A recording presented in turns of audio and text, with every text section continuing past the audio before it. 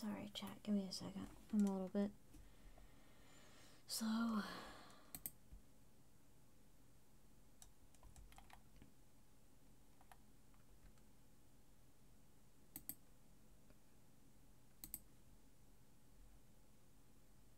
I'm a little bit slow.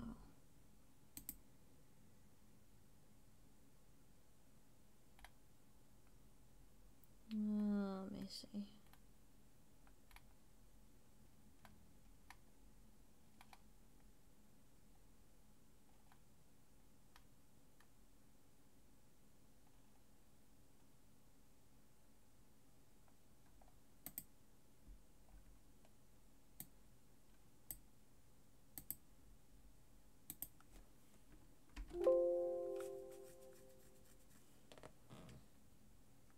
That'll do for now.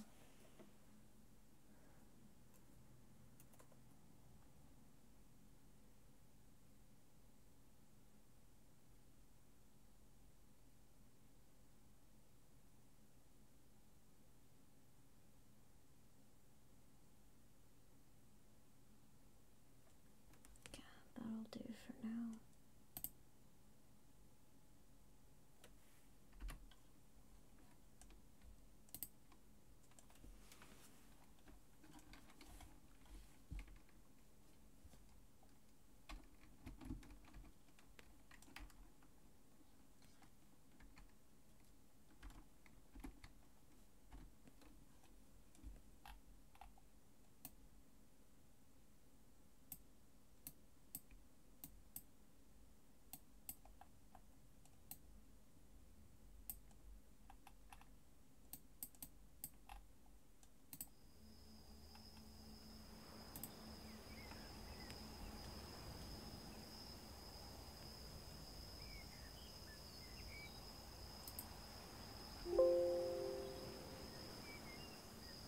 There we go.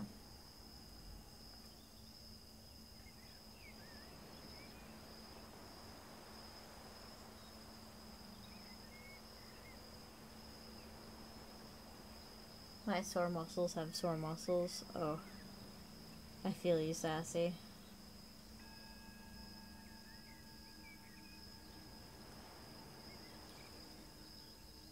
I wish I could get the time to hike. Like, just actually hike instead of work. That would be great. Yo, Thunder Kitty.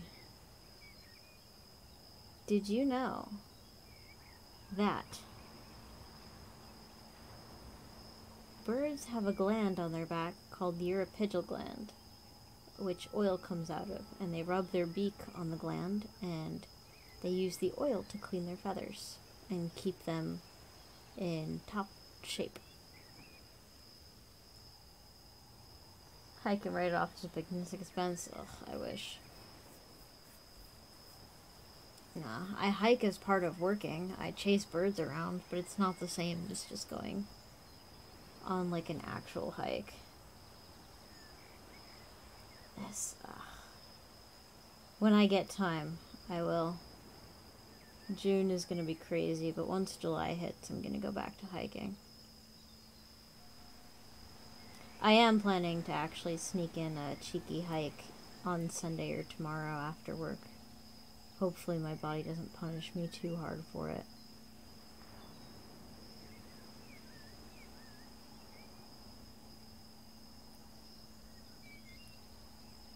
Taxes don't need to know about the difference. Nah, it's more of a time thing than a money thing. But if y'all really want me to, I'll do my walk to the local lake. I probably couldn't do like a hike. I don't think I'd have the time for that, but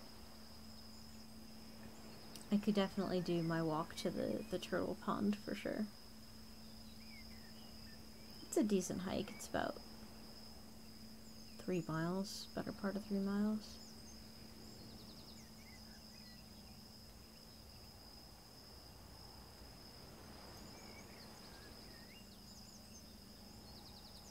I will get back to it though. Your pictures, Sassy, make me miss it so much.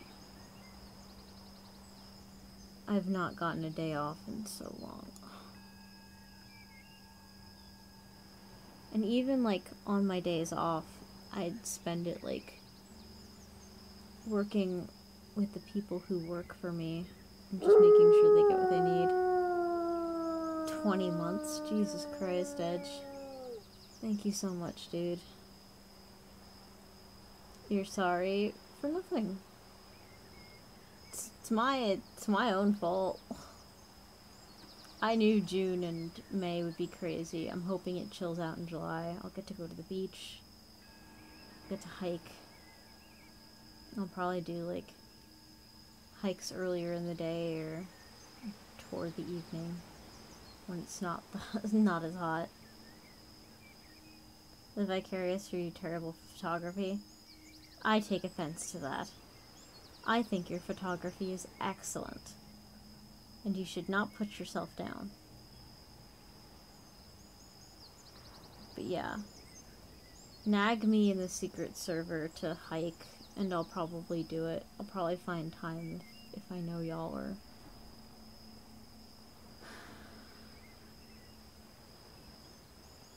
I need to hike.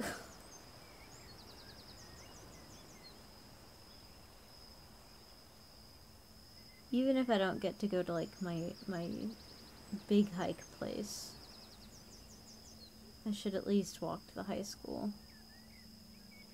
Sorry, I didn't ship that spider to you. Christ.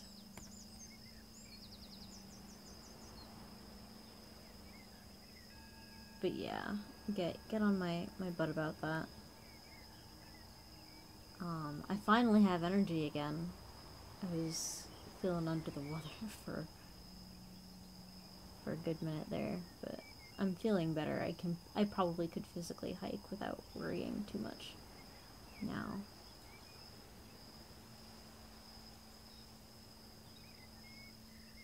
Just need the goddamn time.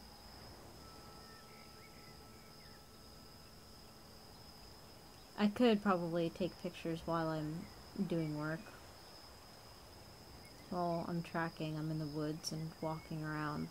It's pretty physical. A lot of climbing, a lot of pacing, standing. Banding days are a bit less strenuous. I'll probably hike after banding. I think that's the best way. Sorry, I shouldn't be planning this right now. But yeah, ye who are in the secret server, yell at me until I hike, and demand turtle tax as proof. Y'all who don't know what the fuck I'm talking about, don't worry about it. But yes, hello. I have been very tired and working a lot. And I know that my stream schedule suffered as a result. All the hiking? Hell yeah. Yeah, if it's just not too much trouble, just, like, remind me and make sure that I do it. Because it's good for my mental health, too, and, like, during the field season, my mental health is the first thing to go, so I just really appreciate the reminders and just, like, forcing me to make the time. Because I don't trust myself.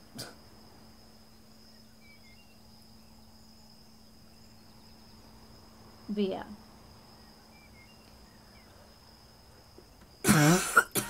Oh god, why? That fucking sucked. What the hell was that for, body? I should have taken a I should have taken a picture of the spider web that made a... Oh god, I should have taken a... Maybe we should just chat today, because I clearly can't read. Oh, I should have taken a picture of the spider that made a web on the driver's side mirror. Sucker was about big as a nickel. Oh, he's doing well for himself. Oh, Jesus. Am I gonna be able to read tonight? I don't fucking know, dog. I don't know. I feel this migraine in my left eye.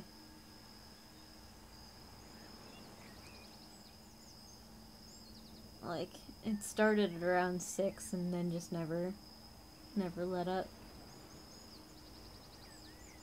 I think a bird got him while I was at work.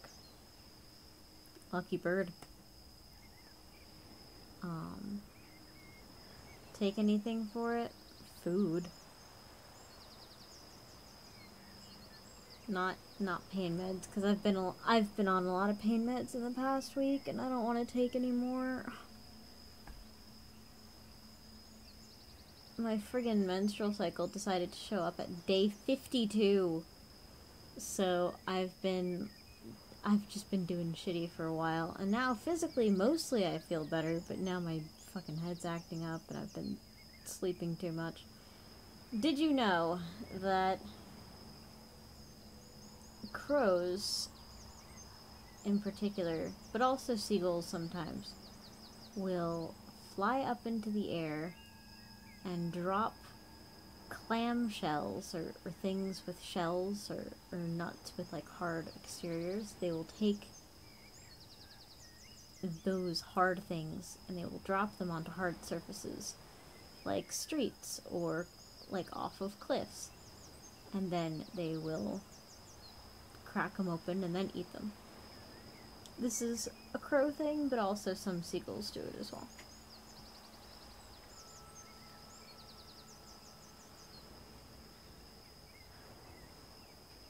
But yeah, just remind me about hiking, because I wasn't even thinking about it until today. Like, the weather was shit in the morning, and then it got nice later on, and I felt bad that I hadn't taken, like, a serious walk, but there was nothing really I could do. Seagulls are crazy, the fucks will eat anything. I have seen footage of them eating a whole ass rabbit, and I don't know how the dude took off afterwards. I don't think he did. I think he ate with his eyes on that one. They can seriously fuck themselves up by doing that too.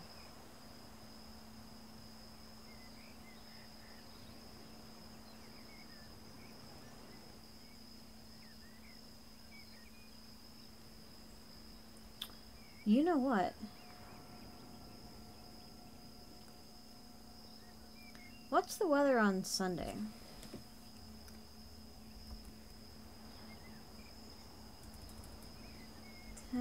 Day forecast.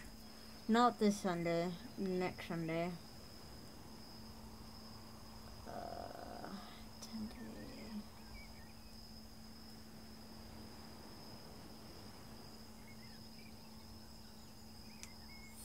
Rain.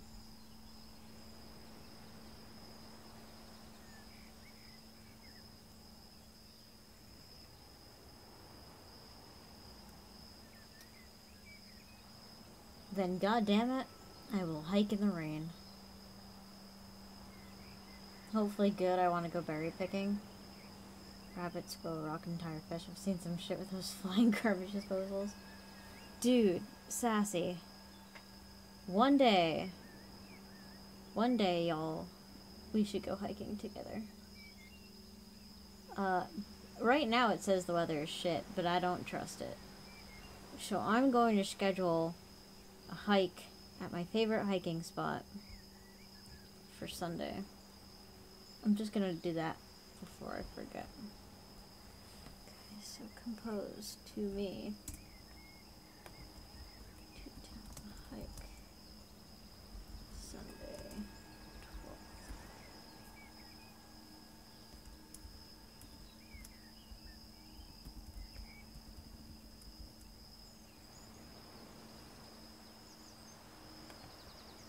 So schedule that. Send for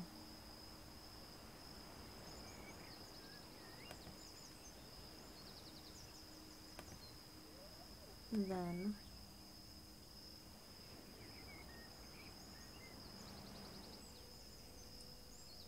yeah, I think that's the best I can do for now.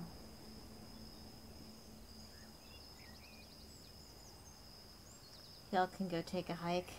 What you'd call indoorsy. To each their own, to each their own.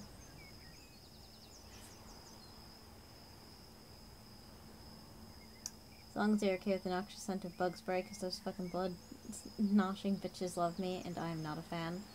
Dude, I am totally fine with the scent of bug spray. They do not seem to like me much.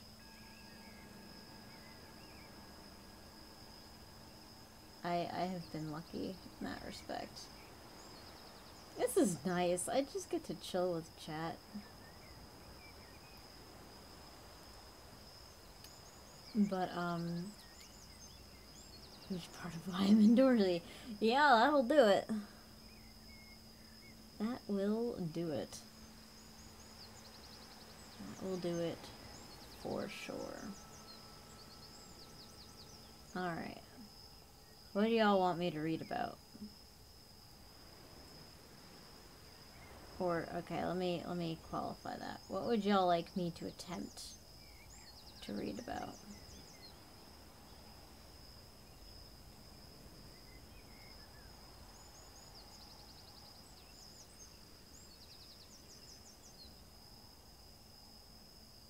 Alternatively, we could just chat. I'm totally fine with that, too.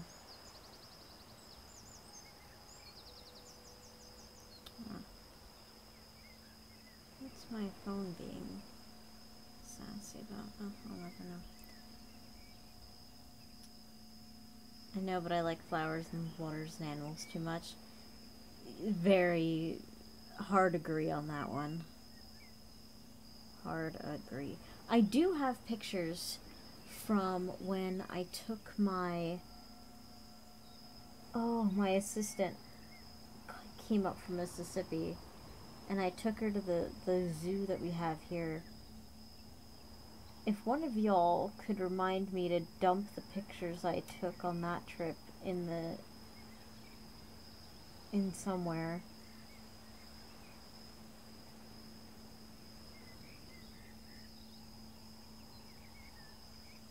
Very distant.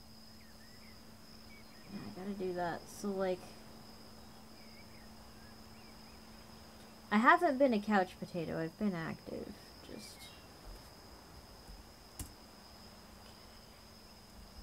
send zoo pictures to Sense Nature.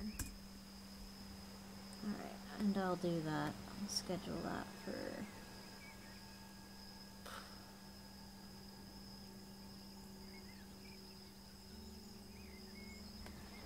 now, I guess. I could probably do it after stream. Yeah. But yeah, what do y'all wanna hear about? I've got stories from everywhere. Totally up to y'all. I can actually open the file. Get the itch to travel to a zoo. Columbus Zoo is world renowned. I would never go because it's too much walking and I hate it. Now, we have, up in New York, we have the Bronx Zoo, which is also world renowned. Been going there since I was a kid. I've always loved it. Always loved it. Actually, hold up.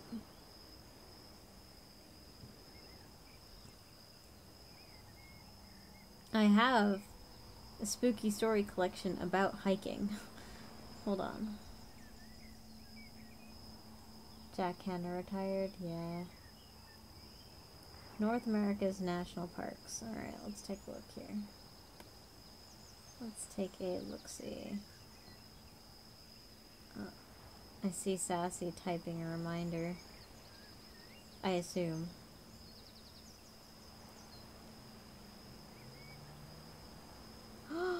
More pictures!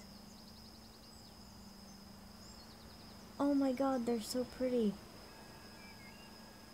Oh, the little hummingbird. Oh, it's so cool.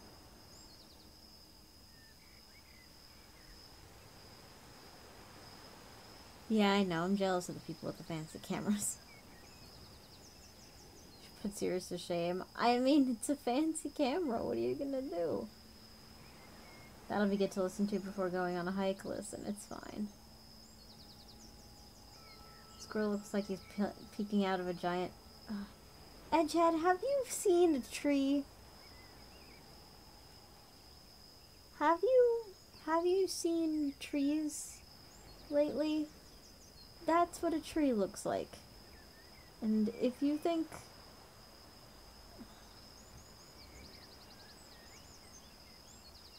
Edgehead, how lonely are you? Not all holes look like that. Well, perhaps you should study holes more or less, depending.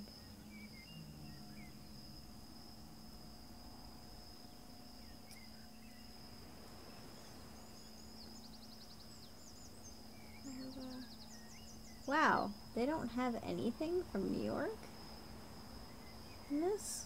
Huh. The closest here is New Jersey. What? Northeast and Mid-Atlantic, and you have Michigan?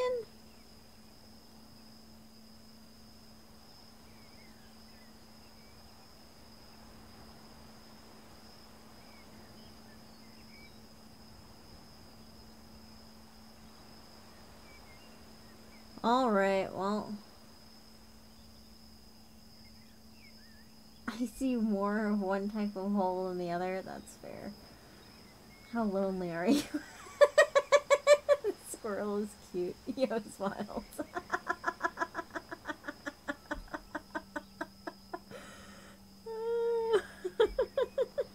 I'm sorry. Just kind of... Alright. Somebody, pick a state.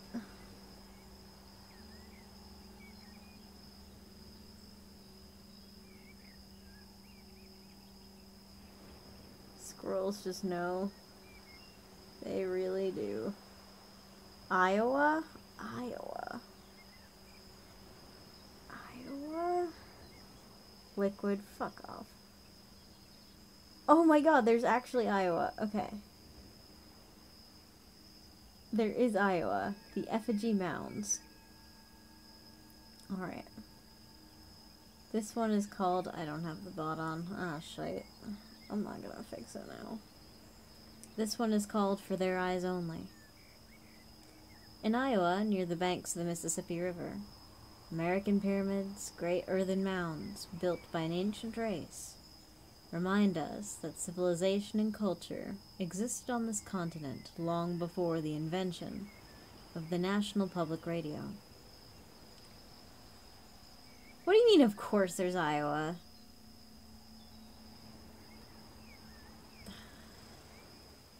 Fine examples of these impressive earthworks are protected within Effigy Mounds National Park. Effigy mounds are mounds shaped like living things. They appear in 6 forms: bear, bird, turtle, lizard, cat, and human. The largest in the park is 417 feet high and contains several conical mounds connected by linear segments. The most beautiful grouping is that of the marching bears, a long arc of 10 bear-shaped mounds, each 3 feet high and 90 feet in length. Who built these elaborate mounds? Racist prejudices made the obvious answer seem absurd to many famous thinkers of the 18th century, who rejected the idea that the mounds of such sophisticated design could be constructed by the ancestors of savage Native Americans. Which is funny, considering the outlandish theories come from some of these educated men. Like maybe the mounds were built by a mysterious albino race from Tennessee, who could only be seen at night, and who avoided the sun. Or the lost tribes of Israel, or supernatural beings from the lost city of Atlantis. Archaeologists now tell us that an indigenous people, the woodland civilization, constructed these mounds sometime around 500 BC. When they opened up a mound in Illinois, researchers made a grisly discovery. Slipknot came from Iowa, so I figured there's gotta be some fucked up shit there, probably. The center of Mound 72 contained 300 corpses, including a king, surrounded by sacrificed servants. The bodies of 4 men with their heads and hands missing, and the skeletons of 53 young women. In the heart of another mound, they found a ceremonial mask made from a human skull. These gruesome finds inspired a few archaeologists to classify the early mound builders as a death cult. This label is probably unfair.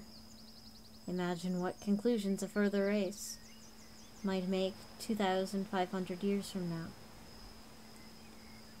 The video game DVDs are the only record remaining of our culture. Oh, that was one sentence. The weirdest thing about effigy mounds is that their shapes are best seen from the air, and their artistry appears to be for the benefit of an entity in the sky, leading some view to the mounds as evidence of a prehistoric visitation by extraterrestrials. It is a theory that makes mainstream archaeologists cringe, yet the mystery endures. For whose eyes were the effigy mounds intended?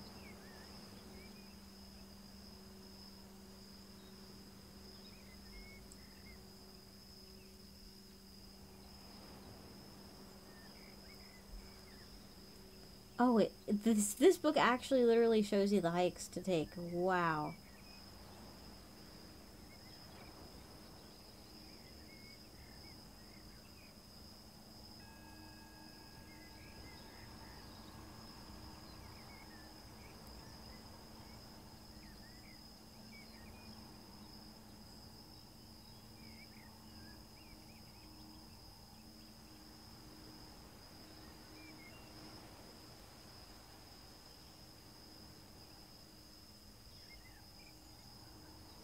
Nice.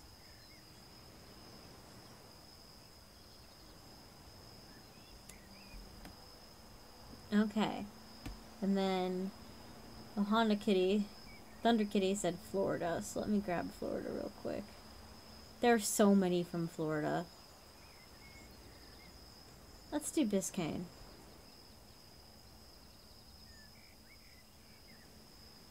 "15 Spaniards on a dead man's silver. During a boat fuck. Oh. Well done, Edgehead. I thought you banned Thunder Kitty for a second, and I was about to be like, well, that was fucking uncalled for. No, we're good. During a boat tour out to the Elliott Key, a slender island off the coast of Miami, the park ranger may neglect to mention the legend of Biscayne Bay's Black Pirate. But if Ranger Gary Bremen happens to be your guide, and you ask nicely, and you're old enough to see R-rated movies, the cheerful public servant might stop talking about the colorful coral reefs, playful dolphins, and cute little sea turtles long enough to tell you about a few of the Black Caesar's murderous ways. Weakest stomach beware. What Black Caesar tales may lack in credibility, they make up for in gruesome creativity. According to legends that go back many generations, Henri Caesar, a former slave, escaped from Haiti sometime in the 1700s, traveled to Florida, and became a pirate. Command Band of Hana Kitty, I'd beat your ass. Not really, but don't do it.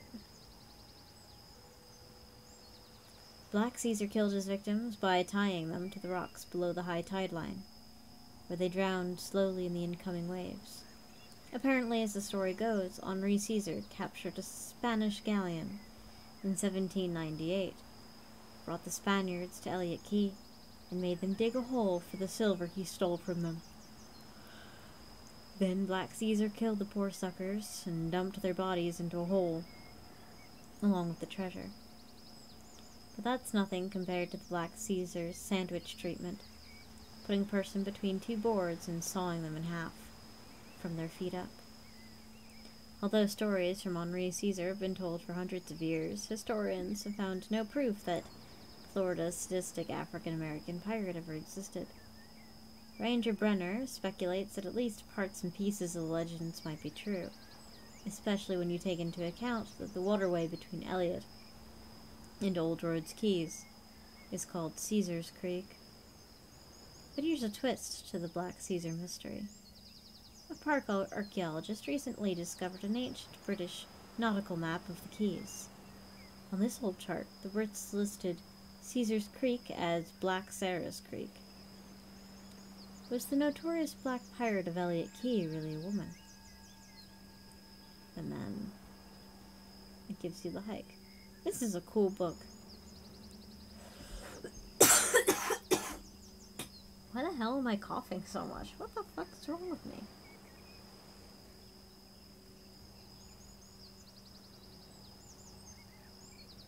Alright.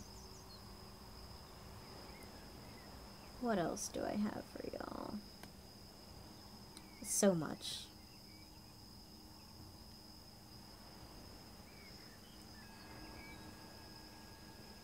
I do have stuff from Pennsylvania, I believe.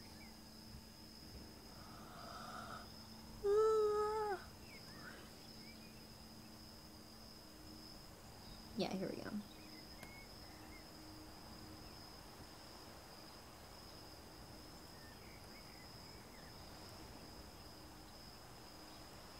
Oh, there's one called Moondog. Alright. Moondog. Samuel Kittering was a bear hunter by profession. He lived in a cabin way back in the woods, up along the west branch of Susquehanna River, with his only friend, a big-boned, flop-eared hound dog named Hank. Samuel didn't have much time for people. I guess you could say he was a hermit. He would always say, "The more time I spend around people, the more I appreciate my dog." Which, true. Samuel and Hank had been together 6 long years. Samuel had gotten him from Zeke Helmsley, a keelboat man who'd passed up and down the river every now and then on his big 30-foot wooden boat. Hank was the runt of the litter. Zeke, who had trained many hunting dogs himself, said that Hank would never amount to anything. But from the moment Samuel laid eyes on the pup, he knew he'd found himself a good dog.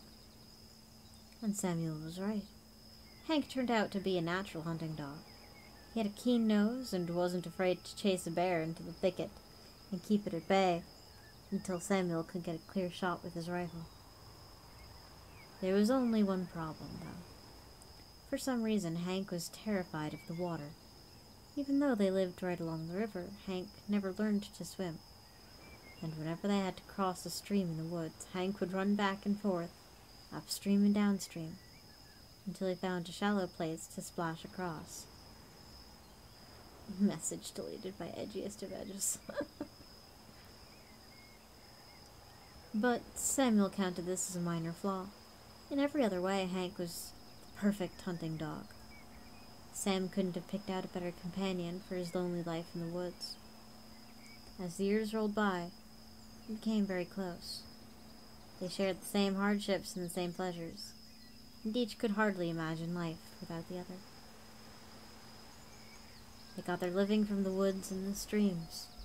In those early days of Pennsylvania, a man who had a good hunting dog was skillful with a rifle could live for years without any money. For a few essentials, things like gunpowder and lead musket balls, Samuel would barter with the keelboat men who came downriver, supplying them with fresh meat or deerskin. The truth was, Samuel and Hank needed very little from the outside world. But Sam had one vice. He liked to smoke a pipe. That meant he needed tobacco. He tried growing it once or twice in the rocky garden behind the cabin, but never had any success. Tried to find a substitute for tobacco in the woods, smoking ground-up willow bark and cedar bark, and once he even tried milkweed pods. But the things left him coughing and watery-eyed. He knew what he needed was some real tobacco. What? Why is tobacco in quotes, Ed? ganja wasn't really a thing at this time, up that far up north.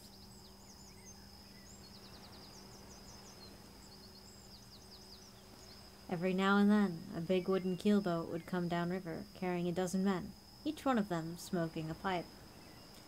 Sam would stand on the shore and look longingly out across the water, smelling the fragrance of the tobacco smoke. He'd paddle his canoe out and offer to trade a haunch of venison or a wild turkey for a few twists of tobacco. The keelboatmen saw the wild, hungering look in the eye, and would always take advantage of him, asking for way too much in trade. But Kittering always paid, because he loved smoking so much. His dealings with the keelboatmen confirmed his worst suspicions about the human race. The men always laughed at him because he had no coin money. But eventually Samuel found something to trade that was even more valuable than gold or silver coins. It was Zeke Helmsley, who suggested if Samuel liked smoking tobacco so much, he should start smoking hams as well. And Zeke was right. Kittering soon learned that if there was one thing the keelboatmen couldn't resist, it was smoked bear ham. Samuel's smoked hams became famous up and down the river, and in time, Sam was able to supply all his tobacco needs by trading his hams. Of course, before he could smoke the hams, he would have to hunt down the bears, because bears very rarely give up their ham bones willingly. Samuel and Hank would go up into the woods each fall and hunt every day. In a good year, they would kill and dry the meat of a dozen bears. Sam built special smokehouses for curing the meat. From the outside, it looked like a small shed. The walls and roof of the smokehouse were made of the same sturdy materials as Samuel's cabin. Solid hemlock logs, hewn square with an axe, chinked with mud and moss. A roof of hickory bark shingles with a small chimney to let out the smoke. The door was made of solid hickory slats with leather hinges, and a heavy crossbar to keep intruders out. Samuel would hang the meat from wooden pegs on the rafters inside the shed. Then he would build a low, smoky fire of hickory and let it burn all night. The smoke would rise up around those hams and dry them out, preserving them for the winter and giving them a smoky, mouth-watering taste that was impossible for any riverman to resist. The smokehouse was built like a tiny fortress because there were thieves in that part of the country. Not human ones. The rivermen knew better than to mess with a sharpshooter like Sam. There were other thieves in the woods. Thieves that enjoyed the hams as much as humans. Cougars, wolves, foxes, even the bears themselves would smell the smoking meat for miles. And many nights Samuel had shot those animals from his front porch as they tried to break into his smokehouse. In the half a dozen years that Samuel had smoked hams, he never lost a single ham to an intruder. But one year, during the early days of November, a strange thing happened. Samuel went out to the smokehouse to select a ham for dinner.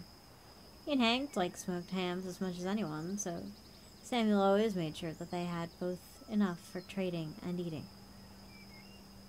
He pulled open the big hickory slat door, stepped inside, and took in a deep breath. The savory, smoky smell drifted into his nostrils, making his taste buds tingle. But when he reached up for one of the hams, his hand stopped in midair. He squinted into the half-darkness. "It can't be," he muttered. One of the hams was missing. He counted them again to make sure.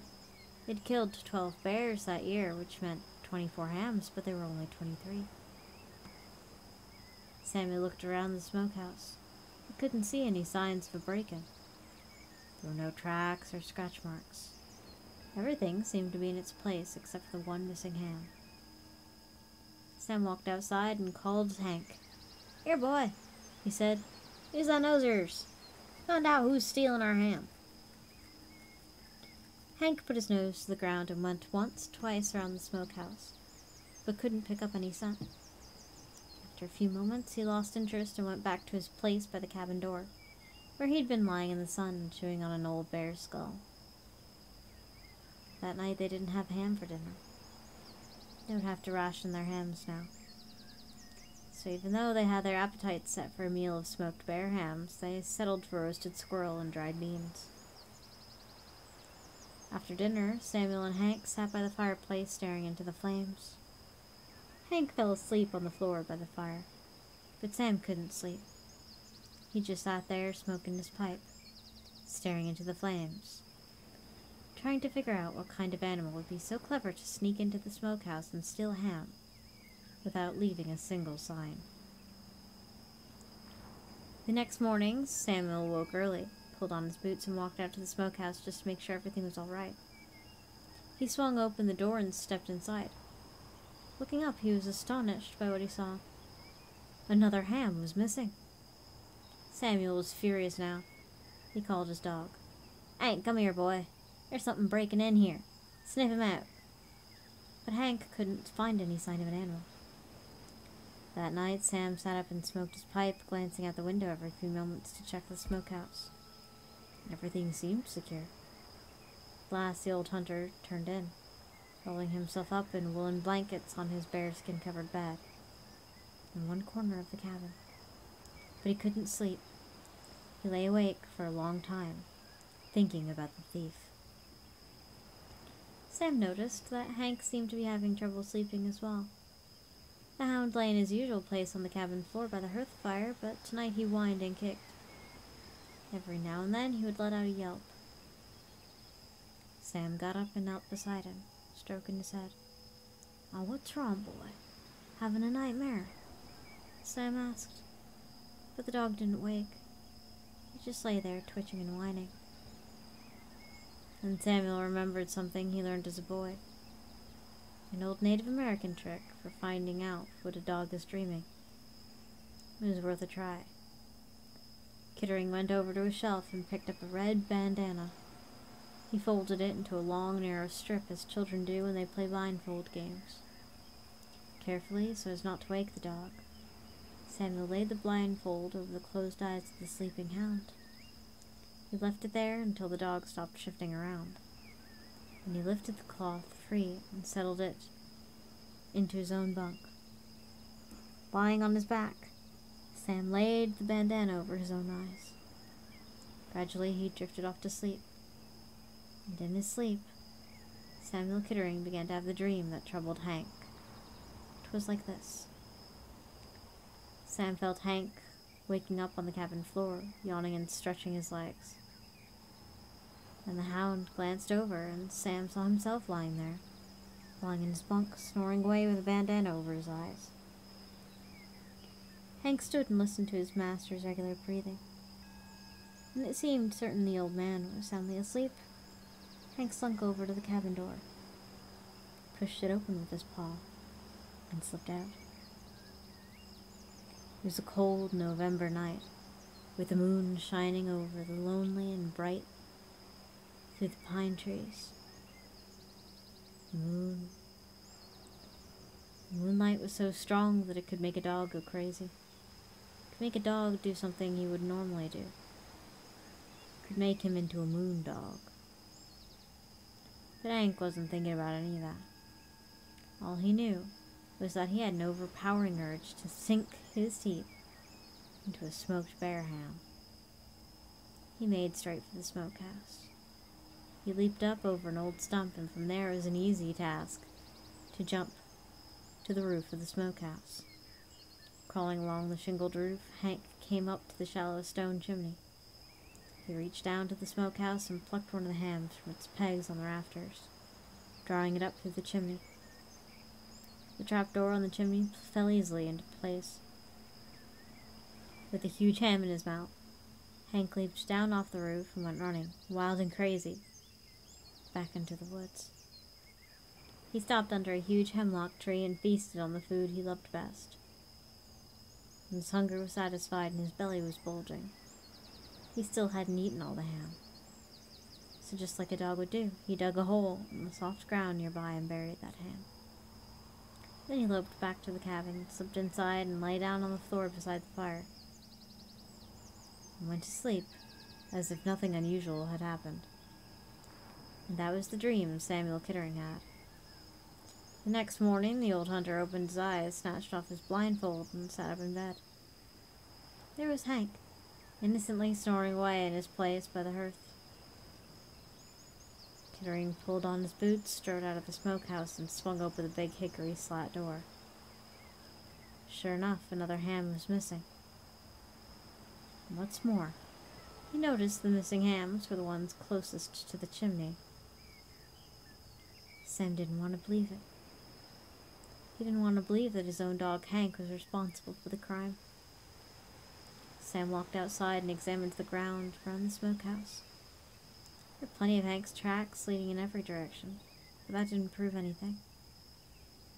And Samuel noticed one set of tracks leading off into the woods. He began following the trail.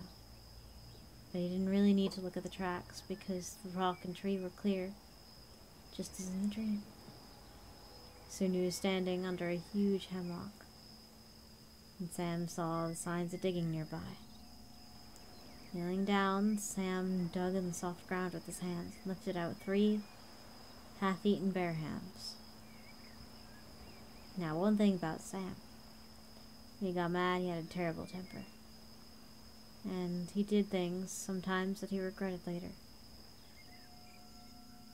This was one of those times. He ran back into the clearing and stormed to the cabin, shaking the ham bones at Hank. "You worthless thief!" Sam bellowed. "Just look at this." Hank slowly rose to his feet and backed away from Sam, his eyes filled with fear. He'd never seen his master in such a rage. "I trusted you. You were my partner. We shared and shared alike. And now I find this." Sam threw those half-eaten hams on the floor in front of Hank. Hank focused his gaze on those forbidden ham bones and rolled his eyes to the side, the way dogs do when they know they've done something wrong. If Hank could speak, he might have made some excuse about the moonlight and the hunger a dog feels when the air is cool and the moon is bright. But all he could do was whimper and fix Sam with those sad eyes, begging for forgiveness. But Sam was not in the mood for consolation. "I'll teach you to steal from me," he roared. As Hank cowered on the floor, Samuel grabbed a length of rope and tied it around the dog's neck. He snatched up one of those heavy ham bones. "Come with me," Sam ordered. "Come and get what's coming to you." He tied Hank to the tree at the edge of a clearing and began beating the poor dog on the back and hindquarters with a heavy leg bone. Hank wailed pitifully, but Sam just beat him all the harder. At last, the man was exhausted. His fury spent. Sam sat down on a nearby stump and caught his breath. When he saw the hurt look in Hank's eyes and the bruises beginning to swell under the big dog's fur, Sam suddenly felt ashamed. "I'm sorry, boy," he said. "I didn't mean to hurt you like I did. I just lost my temper." Reassured by the soft tone in Sam's voice, Hank crept over and began to lick the hunter's hand. Sam rested his other hand on the dog's big, noble head, looked into Hank's eyes, and felt tears starting up in his own. He thought about all the years they'd spent together there in the woods. Thought about all the trails they'd run and dangers they'd faced.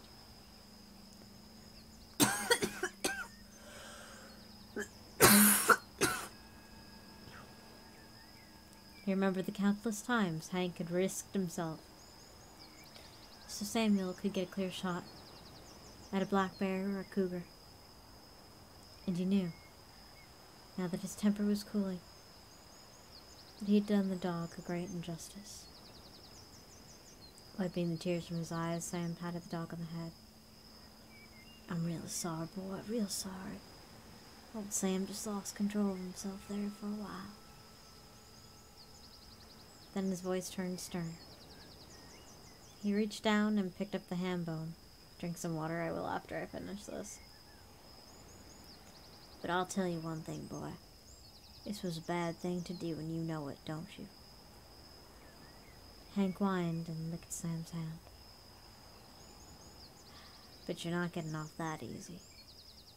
Tonight you'll have to be tied up. That night, Sam let Hank sleep in his usual place by the fire. He tied his rope to the leg of the bed so the dog would have no way of running off. Satisfied that he'd solved the problem, Sam sat up by the fire, enjoying a pipe full of tobacco.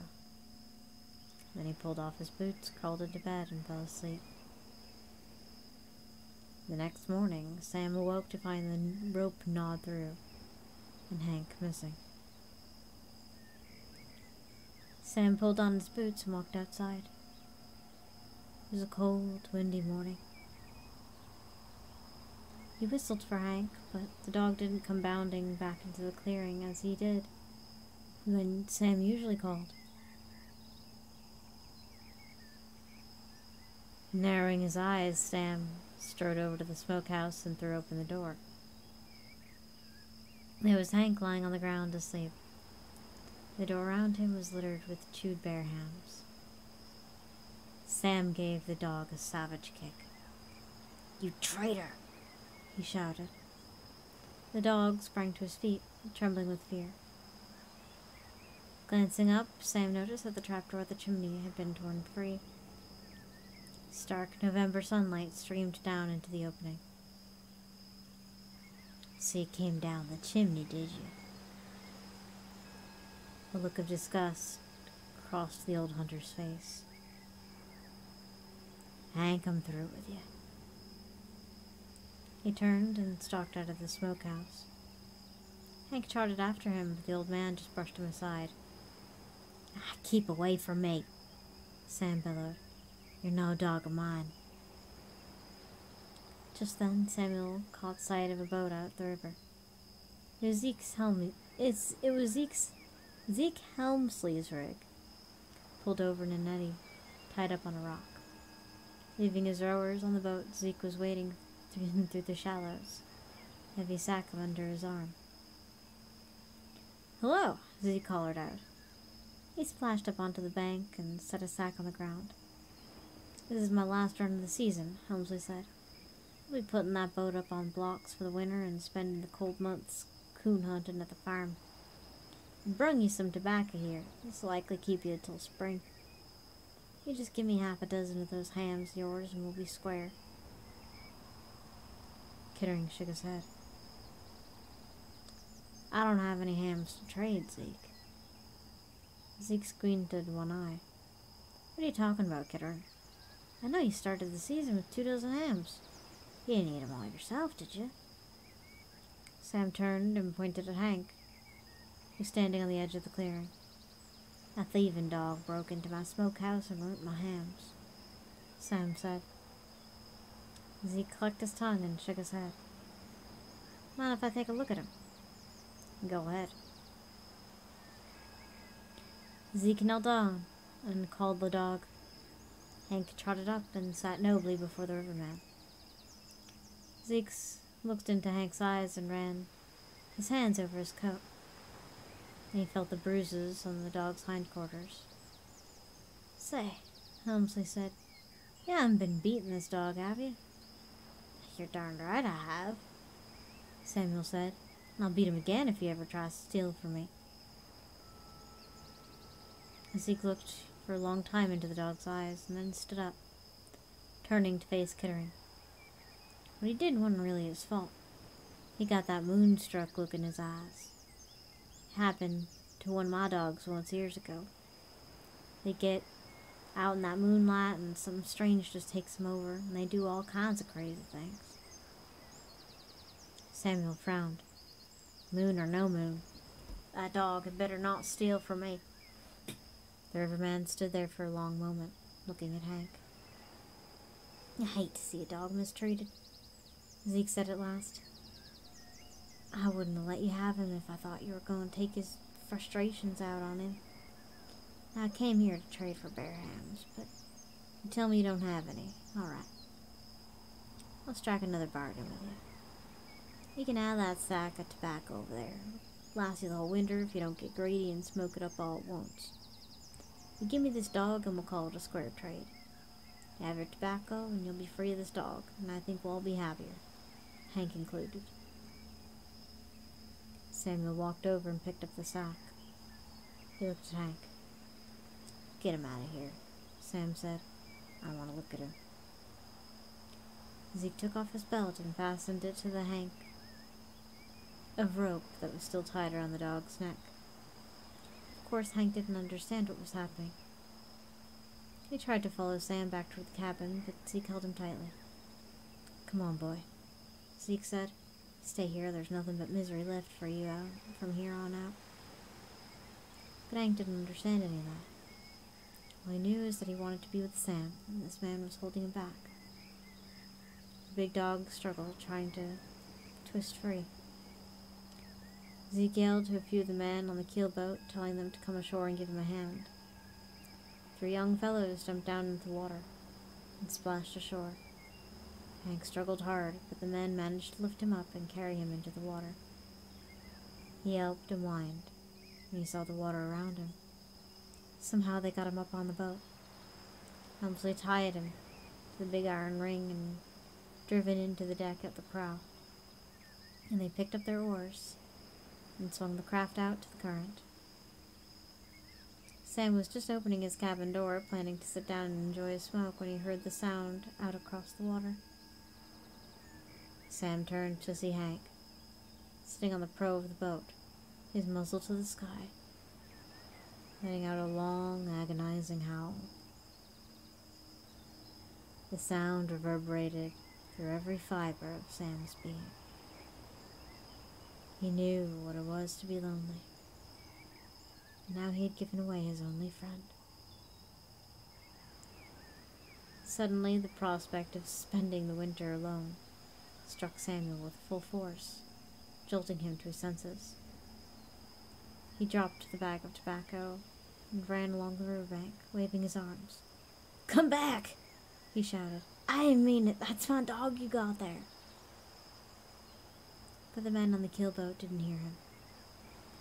They were pulling hard on their oars now, straining to maneuver the boat through the stretch of dangerous water. Sam's shouts and Hank's pitiful howls were almost drowned out by the roar of the rapids. The wooden boat plunged into the trough of a great wave, and water washed up all over the deck. For an instant, the bow of the boat, the straining oarsmen, and the frightened dogs disappeared under a great wave. Then a moment later, the craft plunged free. It was carried on into a new set of rapids. This was too much for Hank. He tore his rope free from the iron ring and plunged into the cold, moiling waters, swimming hard and strong toward shore, toward land and woods and the man he loved. Samuel ran along the bank, waving his arms and shouting. But Hank had never learned to swim. The current sucked him under and sped him along like a chip of wood.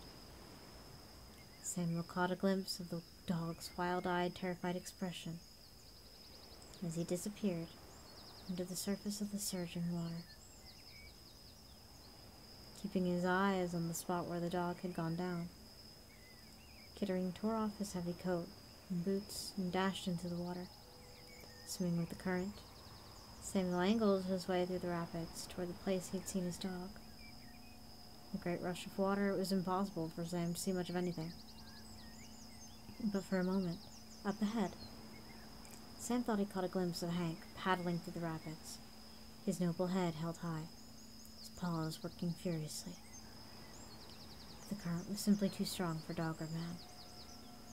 It swept them both away. Helmsley's crew found their bodies about an hour later, washed up in a quiet pool of water a mile downstream. The men who carried them out of the water noticed that the dog and the man were hooked together. They could see that Sam had wrapped his wrist around the rope at Hank's neck. Although the crew grumbled, Helmsley insisted that they carry the man and the dog upstream and bury them, side by side, in the clearing by the cabin. They went down together, Zeke said sadly. Of course, that was very many years ago. The cabin, the smokehouse, and even the graves of Hank and Sam have rotted away and become part of the riverbank.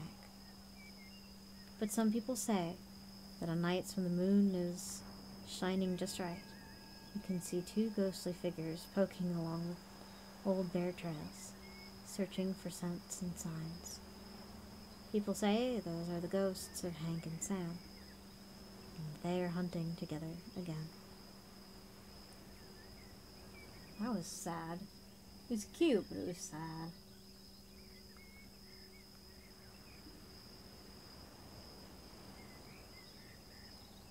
Alright. I have one or two left more in me. I'm gonna grab that water.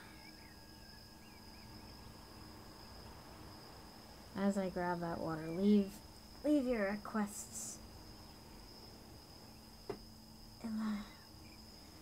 in the place where they go.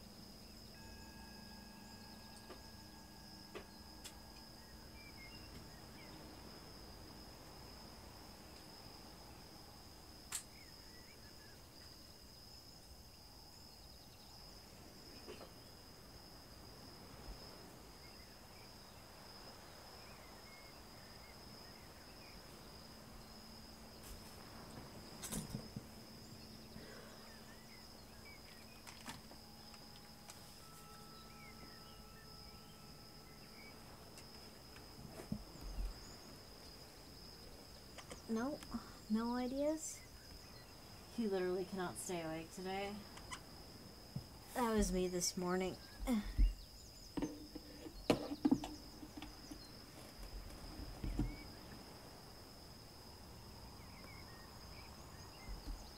Alright.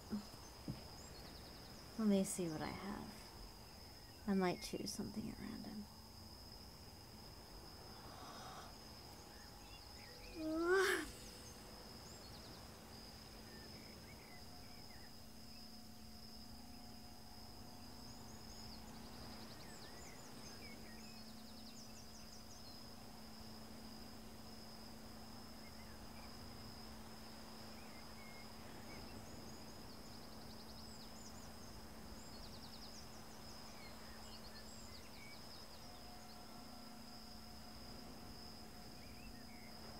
Here we go.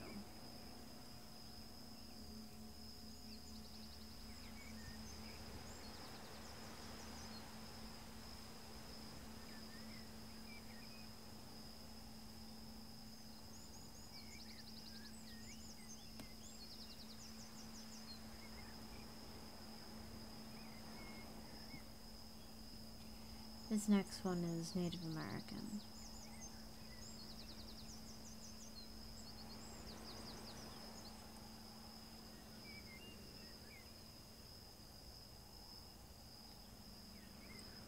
From coyotes to ravens. Turtles? Turtles. I could do turtles.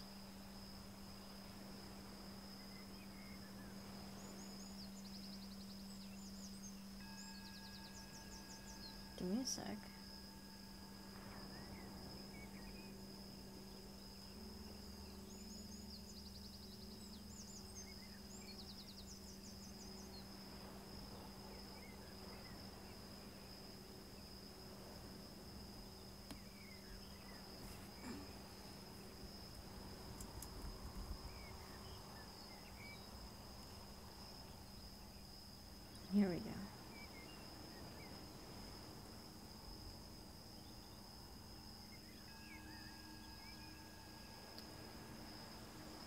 This one is called Turtle's Race with the Bear. This is a Seneca legend. It was an early winter, cold enough so that the ice had frozen on the ponds, and Bear, who had not yet learned in those days that it was wiser to sleep through the white season, grumbled as he walked through the woods. Perhaps he was remembering a trick another animal had played on him. Perhaps he was just not in a good mood. It happened that he came to the edge of a great pond and saw a turtle there, with his head sticking out of the ice. "Ha!" shouted Bear, not even giving his old friend a greeting. "What are you looking at, slow one?" Turtle looked at Bear. "Why do you call me slow?" Bear snorted. "You are the slowest of all the animals. If I were to race you, I would leave you far behind." Perhaps Bear had never heard of Turtle's big race with Beaver. And perhaps Bear did not remember that Turtle, like Coyote, is an animal whose greatest speed is in his wits. "Oh, my friend," Turtle said, "let us have a race to see who is the swiftest." "All right," said Bear. "And where will we race?" "We will race here, at this pond, and the race will be tomorrow morning, and the sun is the width of one hand above the horizon. You'll run along the banks of the pond, and I will swim in the waters." "How can that be?" Bear said. "There's ice all over the pond." "We will do it this way," said Turtle. "I'll make holes in the ice along the side of the pond and swim under the water to each hole and stick my head out when I reach it." "I agree," said Bear. "Tomorrow we will race." When the next day came, many of the other animals had gathered to watch. They lined the banks of the great pond and watched Bear as he rolled in the snow and jumped up and down, making himself ready. Finally, just as the sun was a hand's width in the sky, Turtle's head popped out of the hole in the ice at the starting line. "Bear," he called, "I'm ready." Bear walked quickly to the starting place, and as soon as the signal was given, he rushed forward, snow flying from his feet, and his breath making great white clouds above his head. Turtle's head disappeared in the first hole, and then in almost no time at all, reappeared in the next hole, far ahead of Bear. "Here I am, Bear," Turtle called. "Catch up to me." And then he was gone again. Bear was astonished and ran even faster, but before he could reach the next hole, he saw Turtle's green head pop out of it. "Here I am, Bear," Turtle called again. "Catch up to me." Now the bear had begun to run in earnest. His sides were puffing in and out as he ran, and his eyes were becoming bloodshot. But it was no use. Each time, long before he would reach the holes, the ugly green head of Turtle would be there ahead of him, calling up to him to make him catch up. When Bear finally reached the finish line, he was barely able to crawl. Turtle was waiting there for him, surrounded by all the other animals. Bear had lost the race. He dragged himself home in disgrace, so tired that he fell asleep as soon as he reached his home. He was so tired that he slept until the warm breath of spring came to the woods again. It was not long after Bear and the other animals had left the pond that Turtle tapped on the ice with one long claw. As a sign, a dozen ugly heads like his popped up from the holes all along the edge of the pond. It was Turtle's cousins and brothers, all of whom looked just like him. "My relatives," Turtle said, "I wish to thank you. Today we have shown Bear that it does not pay to call other people names. We have taught him a good lesson." Turtle smiled, and a dozen other turtles, all just like him, smiled back. "And we have shown the other animals," Turtle said, "that turtles are not the slowest of the animals." How's that for a turtle story?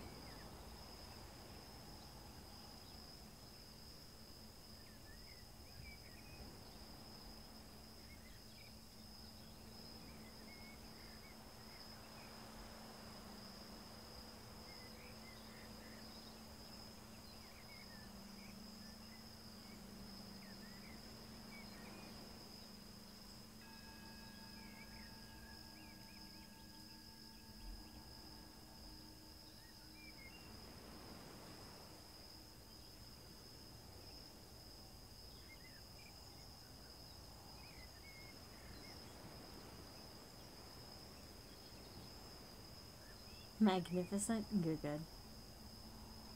Alright, any other requests?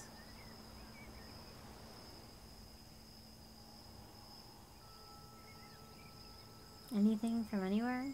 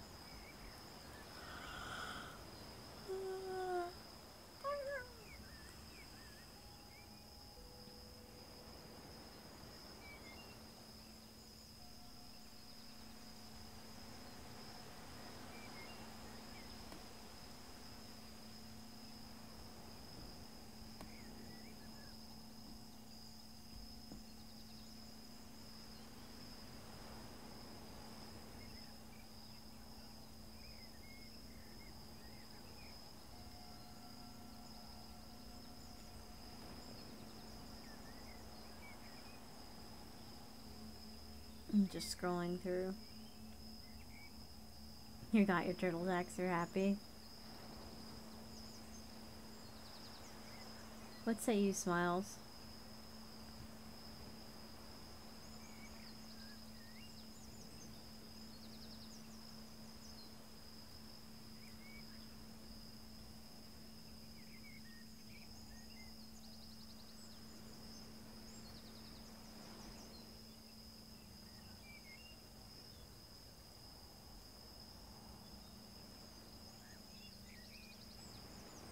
I found another turtle story, actually. Hold on.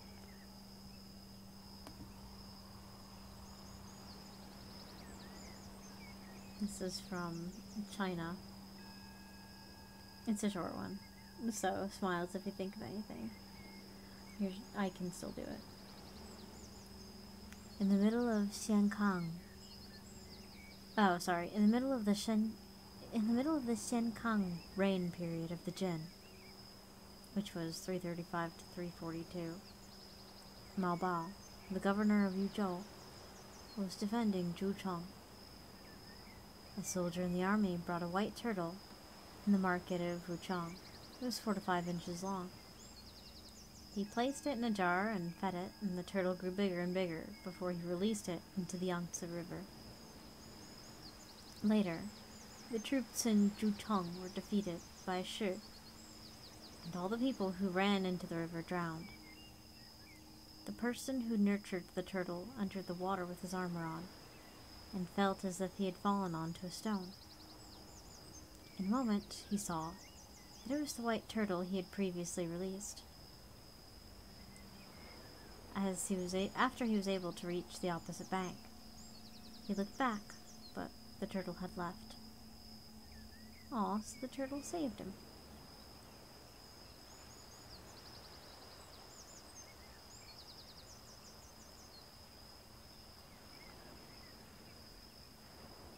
These stories tend to be very short and to the point.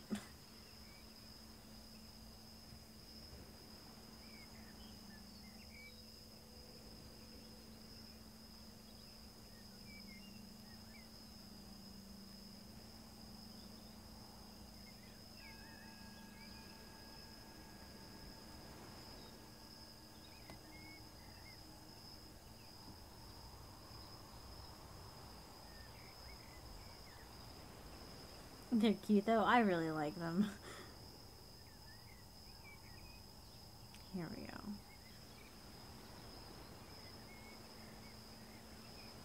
I'm gonna look for yet another one. We'll do a couple of those because they're short.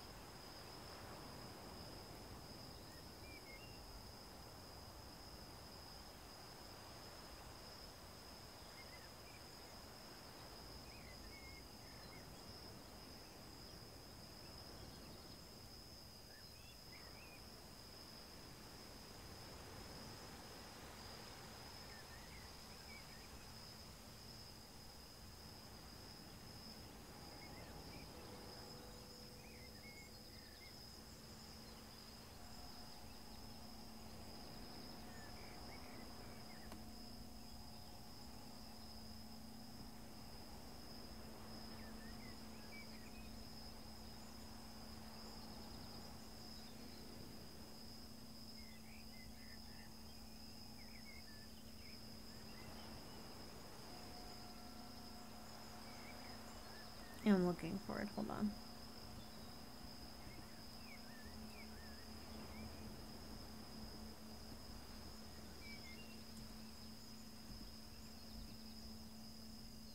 This one is called Daylight Ghosts.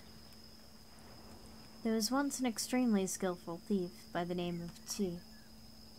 So successful was he at his profession that he had accumulated tremendous wealth. The problem was, he became increasingly worried that all these local crimes would eventually be traced back to him. So he decided, as a precaution, to move into a run-down old house next to the old cemetery. One night he was visited in a dream by several ghosts. They told him, "We will guarantee your continued prosperity if you make a few offerings to us." In the dream, she agreed to provide the ghosts with the requesting offerings, but when he awoke, he decided it had all been a load of nonsense, and promptly forgot his promise.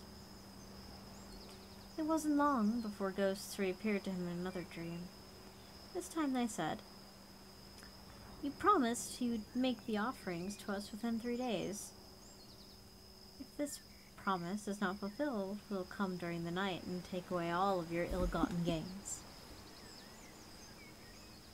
Now, T was a very obstinate man, and the next morning he resolved at once again to ignore their requests.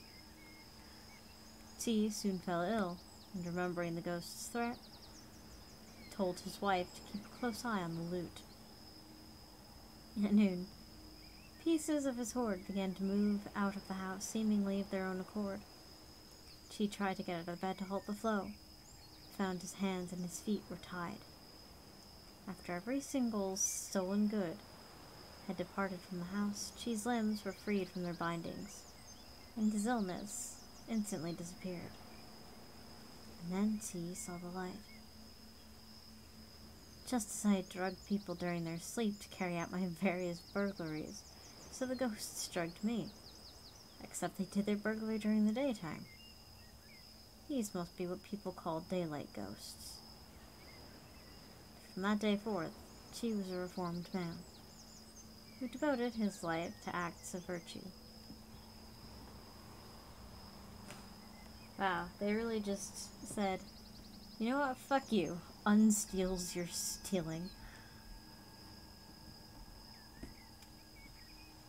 Alright.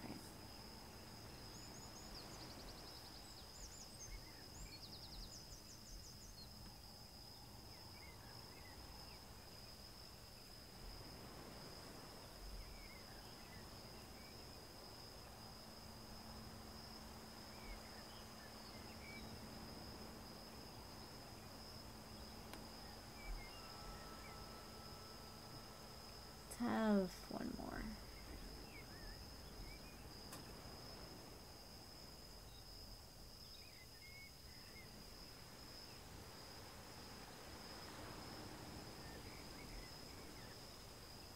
This one is the giant turtle.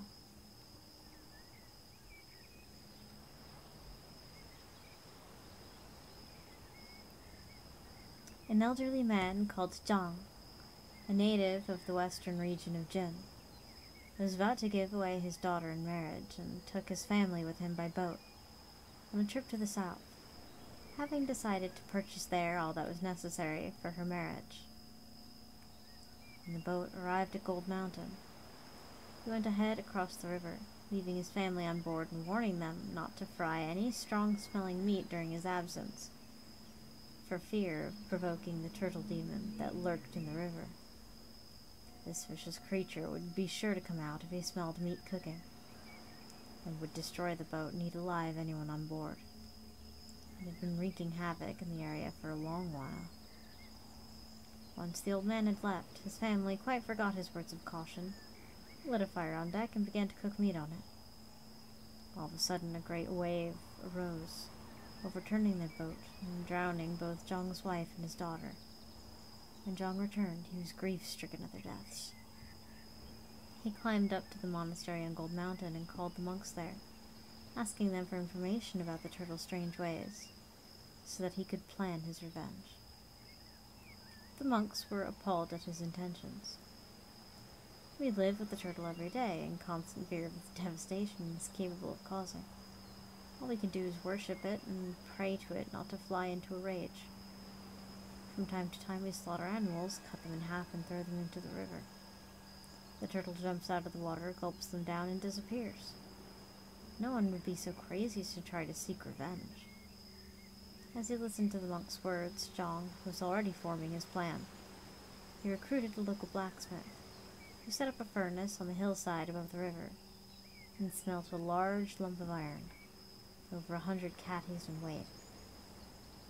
Zhang then ascertained the turtle's exact hiding space, and hired a number of strong men to lift up the red-hot molten iron with a pair of great tongs and hurl it into the river. True to form, the turtle leaped out of the river, gulped down the molten metal, and plunged back down into the depths. Minutes later, mountainous waves came boiling to the water's surface. Then, in an instant, the river became calm, and the turtle could be seen floating dead on the water.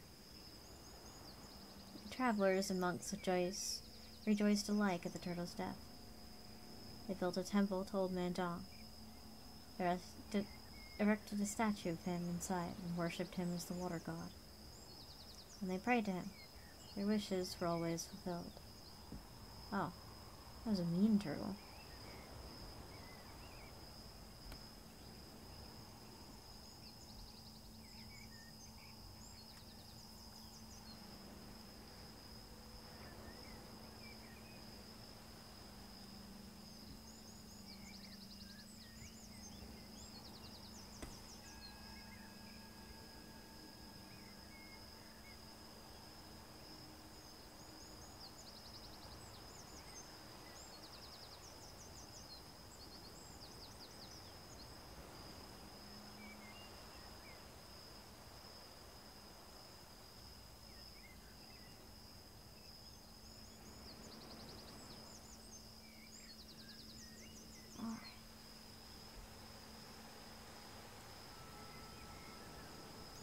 We'll do just one more.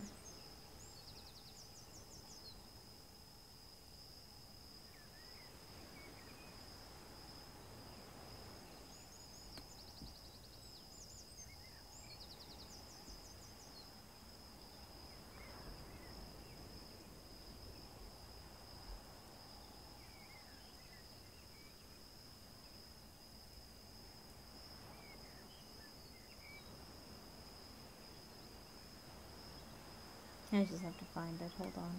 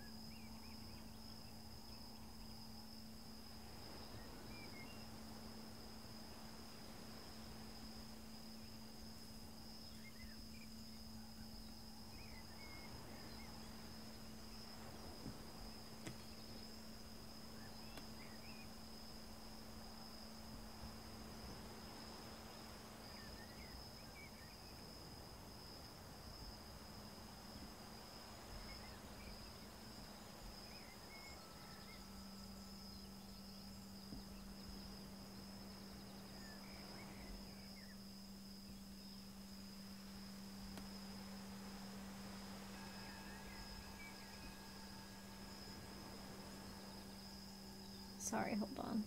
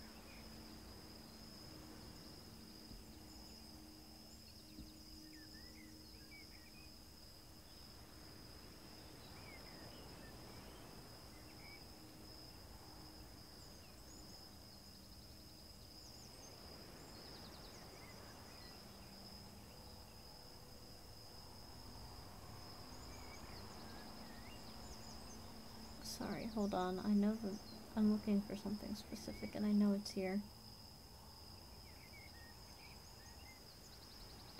Here we go.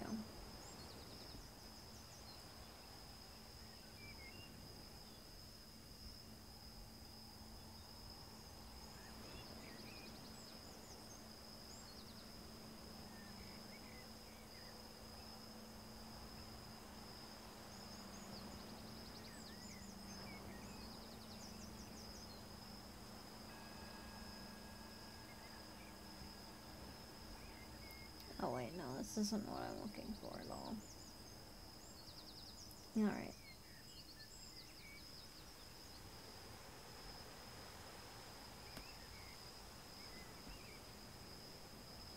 Either way.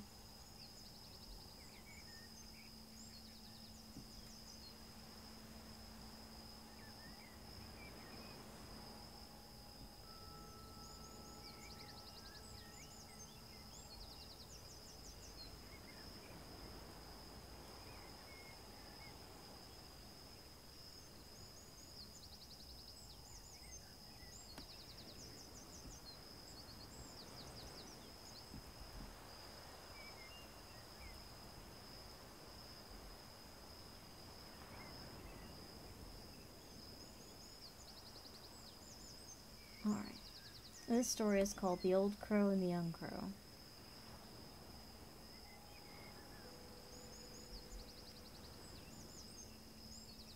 In theory.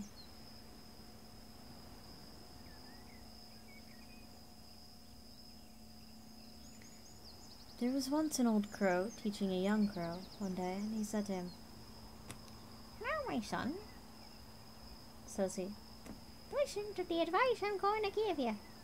If you see a person coming near you, and stooping, mind yourself, and be on your keeping. He's stooping for a stone to throw at you." "But tell me," says the young crow, "what should I do if he already has a stone in his pocket?" "Whatcha, go along out of that," says the old crow. "You've learned enough. The devil another learning I'm about to give you."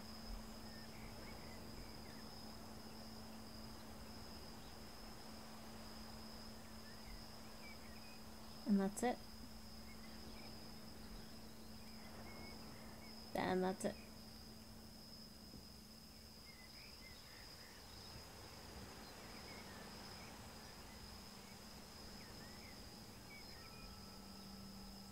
Oh, I was let down. Sorry. You're not gonna end it on that.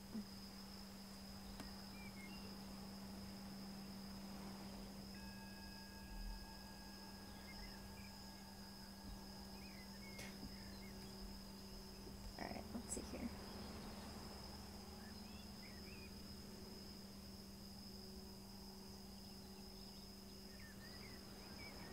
Let's do...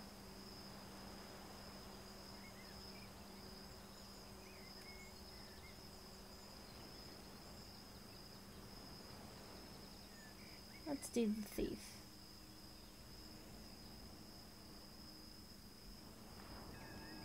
This one's a bit of an undertaking, but that's okay.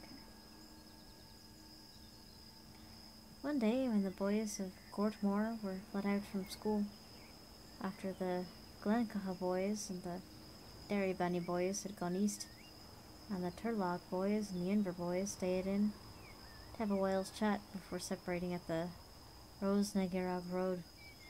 The master's house is exactly at the head of the road. It's back to the hill and it's face to Loch Ellery. "I heard the master's bees were swarming," says McKillen Bartley Edna. "In with you into the garden till we look at them," says Drag Barbara of the bridge. "I'm afraid," says McKeelan. "What are you afraid of?" says Drag. "By my word, the master and the mistress will be out presently." "We'll stay to give us word when the master will be coming," said Drag. "I will," says little Anthony Manning. "Ah, that'll do," says Drag. "Let a whistle when you see him leaving the school. In over the fence with him. In over the fence with the other boys after him. Have a care that any will get the sting," says Anthony. "Ah, little fear," says Drag. and off forever with him. God, this is written super dialectically. Anthony sat on the fence and his back to the road. He could see the master over his right shoulder if he'd leave the schoolhouse. What a nice garden the master had, thought Anthony. He had rose trees and gooseberry trees and apple trees. He had little white stones around the path. He had big white stones and a pretty rockery. Moss and maidenhair fern and common fern growing between them. He had. Anthony saw a wonder greater than any wonder the master had had in the garden. He saw a little beautiful wee house under the shade of one of the rose trees, made of wood, 2 stories in it, white colour on the lower story and red on the upper. A little green door on it, 3 windows of glass on it, 1 downstairs and 2 upstairs. House furniture in it, between tables and chairs and beds and delf, and the rest. And says Anthony to himself, look at the lady of the house sitting on the door. Anthony had never seen a doll's house before, and it was a wonder to him, its neatness and order for a toy. He knew it belonged to the master's little girl, little Nancy. A pity that his own little sister hadn't one like it. Evelyn, the creature, that was stretched on her bed for a long 3 months, and she was weak and sick. A pity she hadn't had the doll itself. Anthony put the covetousness of his heart in that doll for Evelyn. He looked over his right shoulder. Neither master nor mistress was to be seen. He looked over his left shoulder. Other boys were out of sight. He didn't think, with a second thought. He gave his best leap from the fence, seized the doll, stuck it under his jacket, and clambered out over the ditch again, and away with him home. I have a present for you, says he to Evelyn, when he reached the house. Look, enter that. He showed her the doll. There came a blush of the wasted cheeks of the little sick girl and a light in her eyes. "Ora, Anthony, laugh where'd you get it?" says she. "Master's little Nancy. They sent it to you for a present," says Anthony. Their mother came in. "Oh, Mom and Treasure," says Evelyn. "Look at the present the master's little Nancy sent me." "In earnest?" says the mother. "Certainly," says Evelyn. "Anthony, 'twas that brought it in to me just now." Anthony looked down at his feet and began counting the toes that were on them. "Ah, my own pet," says the mother. "Isn't it she that was good to you? Why, Sir Nancy, I'll go bail that present will put a great improvement on my little girl." And there came the tears in the mother's eyes out of gratitude for little Nancy, because she remembered the sick child. Though he wasn't able to look his mother between the eyes, or at Evelyn, where they'd interfere. Anthony was glad he'd committed the theft. He was afraid to say his prayers that night, and as he'd lie on his bed without as much of an Our Father, he couldn't say the act of contrition. For it wasn't truthfully. He'd be able to say to God that he was sorry for the sick. It's often he started in the middle of the night, imagining little Nancy was coming seeking the doll for Evelyn, that the master was taxing him with the robbery before school, and that there was a miraculous swarm of bees rising against him, and Drag Barbara of the bridge, the other boys exciting them with shouts and with the music of drums. But the next morning he said to himself, "I don't care. The doll will make Evelyn better." When he went to school, the boys asked him why he went off unawares the evening before that, after he said he'd promised to keep watch. "Oh, my mother sent for me," says Anthony. "She had a task for me." When little Nancy came to the school, Anthony looked at her under his brows. He fancied that she was after being crying. He thought that he saw the track of the tears on her cheeks. The first time the master called him by his name, he jumped, because he thought he was going to tax him with the fault or to cross-question him about the doll. He never put in as miserable as that day in school. when he went home and saw the great improvement on Evelyn, and she sitting up on her bed for the first time in a month, and the doll clasped in her arms, he said to himself, I don't care. The doll's making Evelyn better. In his bed in the night time, he had bad dreams again. He thought the master was after telling the police that he stole the doll, and that they were on his track. He imagined one time there was a policeman hiding under the bed, and another hunkering behind the window curtain. He screamed out in his sleep. What's on you? Said his father to him. Ah, the peeler's gonna take me, says Anthony. Ah, you're only rambling, boy, says his father to him. There's no peeler in it. Go to sleep. There was the misery of the world upon the poor fellow from then on out. He used to think they would be pointing fingers at him, and he going down the road. He used to think they would be shaking their heads and saying to each other, ah, there's a thief. Or, did you hear what Anthony Manning did? Her doll he stole from the master's little Nancy. Now what do you say? But he didn't suffer rightly till he went to Mass on Sunday, until Father Ronan started preaching a sermon on the 7th commandment, thou shalt not steal, and if you commit a theft, you'll not be forgiven until you make restitution. Anthony was full sure that it was a mortal sin. He knew he ought to go to confession and tell the sin to the priest, but he couldn't go to confession, for he knew the priest would say to him that he must give the doll back. He wouldn't give the doll back. He hardened his heart and said that he'd never give the doll back, for the doll was making Evelyn better every day. One evening, he was sitting by the bed foot in serious talk with Evelyn when his mother ran in a hurry and says, Here's the mistress, and little Nancy coming up to the boring. Anthony wished the earth would open and swallow him. His face was red up to his 2 ears. He was in a sweat. He wasn't able to say a word, or to think a thought. But these words were running through his head. I'll take the doll from Evelyn. It was all the same to him what they'd say or what they'd do to himself. The only answer he would be the doll's making Evelyn better. The mistress and little Nancy came into the room. Anthony got up. He couldn't look them in the face. He began his old clatter, counting the toes on his feet, 5 on each foot, 4 toes and a big toe, or 3 toes, big one and a little one, and that's 5. Twice 5 or 10 in all. He couldn't add to their number or take from them. His mother was talking, mistress was talking, but Anthony paid them no heed. He was waiting until something would be said about the doll. There was nothing for him to do but count his toes. 1, 2, 3. What's that now? Evelyn was referring to the doll. Anthony listened now. Wasn't it good for you to send me the doll? She was saying to Nancy. From the day Anthony brought it in to me, a change began coming on me. It did that, says her mother. I'll be forever grateful for you for the same doll you sent her. May God increase your store and may He requite you for 1,000 times. Neither Nancy or the mistress spoke. Anthony glanced over Nancy shyly. His 2 eyes were stuck in the doll. The doll was lying cozy in the bed beside Evelyn.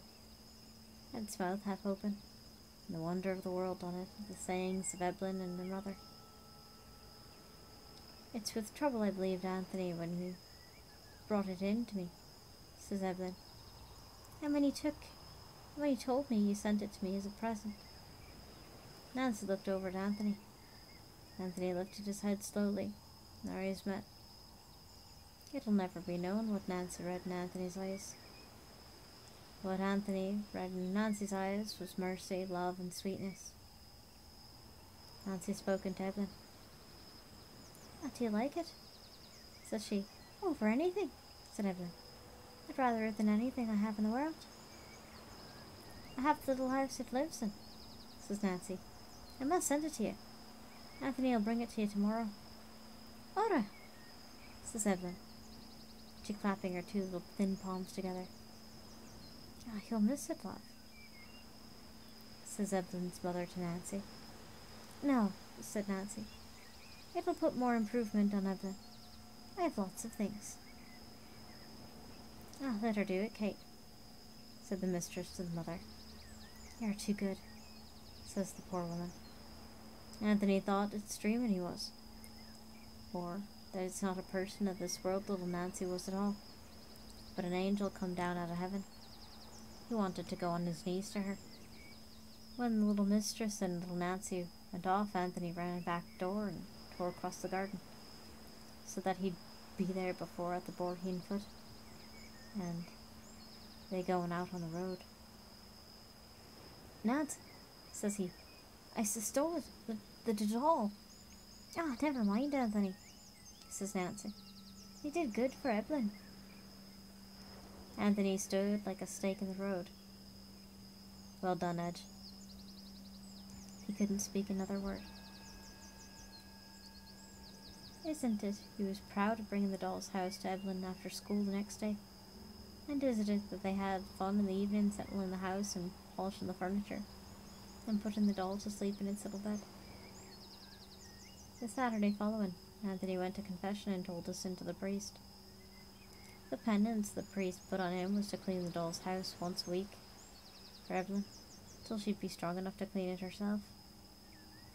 Evelyn was strong enough for it by the end of the month, and by the end of another month she was at school again. There wasn't a Saturday evening from that time out they wouldn't hear a little light tapping at the master's door. On the mistress going out, Anthony would be standing at the door. "Here's a little present for Nancy," he'd say, stretching toward her a half a dozen duck's eggs, or a bunch of heather, or at the very least the full fist of his Diliasig. And then he'd rush off with him without giving the mistress time to say thank you. That's a cute story. But that's all I have the energy for. I hope you forgive me that.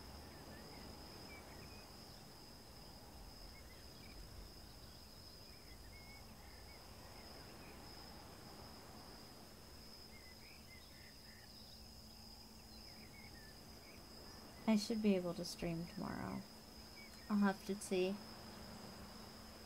how I feel. But hopefully this was pleasant for you. In the meantime, though, do not eat or drink any questionable substances. Make smart decisions. Do not die.